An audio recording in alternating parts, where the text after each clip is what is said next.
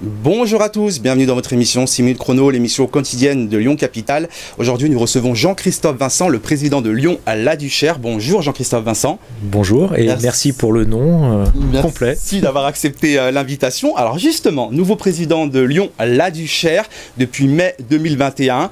Et première mesure, vous avez voulu changer le nom du club. Pour quelle raison? Le premier jour. On sortait d'une phase de 2 années du projet Sporting Club de Lyon, qui a été un échec sportif parce qu'il n'a pas échappé à quiconque on visait la 2e division en terminant N2, donc en termes d'échec on ne pouvait pas faire plus. Ça a été un échec financier parce que ça a coûté beaucoup d'argent à l'actionnaire principal qui est 6e Sens, mais surtout et avant tout un échec symbolique parce que les Duchérois et Duchéroises ont eu l'impression que le club leur tournait le nom, alors que par essence c'est un club qui est un club de territoire, un club du quartier de la Duchère qui est né avec ce quartier. Donc le plus important c'était d'envoyer un signe fort dès le premier jour. Effectivement, un club historique depuis 1964, ouais, avec une véritable histoire justement. Ouais. Beaucoup d'habitants se sont plaints, beaucoup de personnes du quartier, du milieu du football en disant mais qu'est-ce qui se passe à la Duchère? La Duchère c'était embourgeoisé, on peut dire ça comme ça?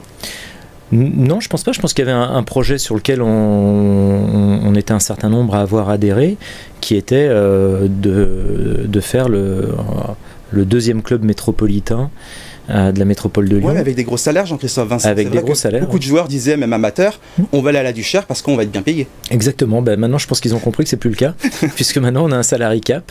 On est une entreprise à mission, donc on vient pas à la Duchère pour l'argent. Voilà. Ça aussi, c'était important d'avoir des salaires qui correspondent à ce qu'on estimait être acceptable pour jouer au foot vu de la Duchère.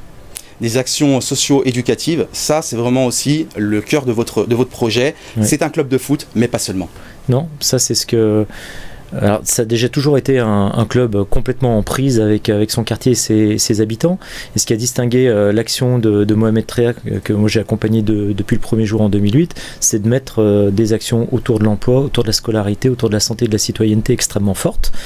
Et ça, on a décidé de passer encore le palier au-dessus. On a fait rentrer beaucoup de gens dans l'association, une 12aine de personnes qui sont toutes extrêmement qualifiées de par leur parcours de vie professionnel ou associatif et qui vont donner un coup d'accélérateur encore plus important que ce qui a été fait jusqu'à présent et qui est vraiment bien et qui nous distingue, qui nous singularise par rapport aux autres clubs. Concrètement, comment ça se matérialise? Qu'est-ce qui se passe au club? Quelles actions sont menées pour ces jeunes? Par exemple, en matière d'emploi, ça fait maintenant 9 ans qu'on a un événement pour l'emploi qui s'appelle Ton métier c'est ton but, qui a créé plusieurs centaines d'emplois, qu'on co-organise avec la Maison métropolitaine de l'emploi et de l'insertion.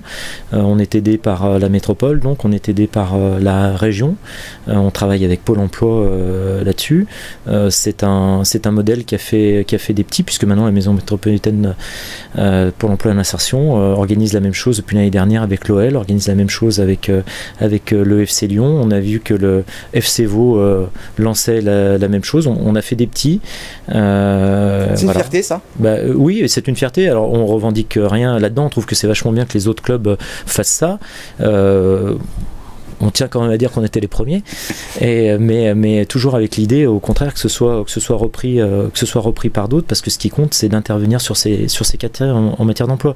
En matière de scolarité, on fait ce que personne ne fait jusqu'à présent. On fait des cours de soutien, ça a rien de neuf, mais on fait des cours de soutien en lien avec le collège Schulcher, en lien avec l'école de formation des professeurs, l'INSPE, anciennement les IUFM, et aujourd'hui on a des profs en formation qui viennent donner des cours aux jeunes qui bénéficient d'une formation sportive au sein d'une section spécialisée au collège Schulcher, et on a vu sur une classe d'âge le taux d'accès au secondaire qui a été multiplié par 2.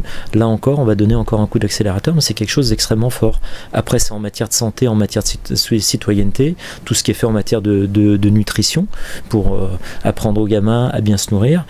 Pour être un bon sportif, il faut bien s'entretenir. Justement, un bon sportif, mais quid des ambitions sportives? Peut-on concilier le social avec la performance au plus haut niveau? Nous, on le pense, oui. On pense qu'on n'a aucun problème à faire les deux, puisqu'on a toujours cette ambition d'excellence sportive, sauf que Quelles sont les ambitions alors justement pour l'équipe première par exemple? L'équipe première, l'ambition c'est de remonter en national le plus rapidement possible. Mais je pense que ça nous a appris quand même l'humilité, la grosse baffe qu'on s'est prise l'année dernière.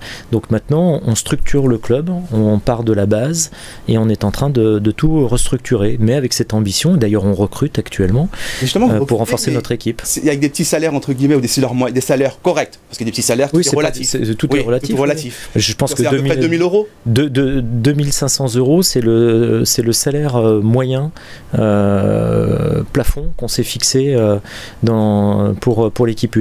Donc moi je pense pas que ce soit un petit salaire de toucher 2500 euros pour jouer au ballon en 4e division. Franchement non, je pense que c'est un bon salaire. Donc voilà. La montée et toujours les actions sociales, comme on l'a dit, au cœur du quartier de la Duchère. Est-ce qu'il y a un partenariat est envisageable avec l'Olympique Lyonnais? Parce que les tensions, on le souhaite. Il y a des petites tensions avec mon maître Tria et Jean-Michel Aulas. Est-ce que vous allez vous rapprocher de Jean-Michel Aulas pour finir et qu'on puisse justement voir naître un partenariat entre la Duche et l'OL? Nous on le souhaite, je crois que Jean-Michel Aulas le sait puisque Nicolas Gagnu, président de 6e Sens, a eu l'occasion d'en parler avec lui. C'est que je suis à sa disposition pour en discuter. Il a affaire à des supporters de l'OL, et à commencer par Nicolas, mais moi aussi, et on pense que ça a vraiment du sens puisqu'on est le club lyonnais, d'avoir un partenariat avec l'OL. On n'a pas l'ambition, rien qu'en le disant c'est ridicule, de concurrencer l'OL, et on pense qu'on peut être un bon complément, un bon lieu de formation des jeunes pour l'OL, effectivement. Merci beaucoup Jean-Christophe Vincent. Merci. Vous pouvez retrouver cette émission sur le site lyoncapital.fr.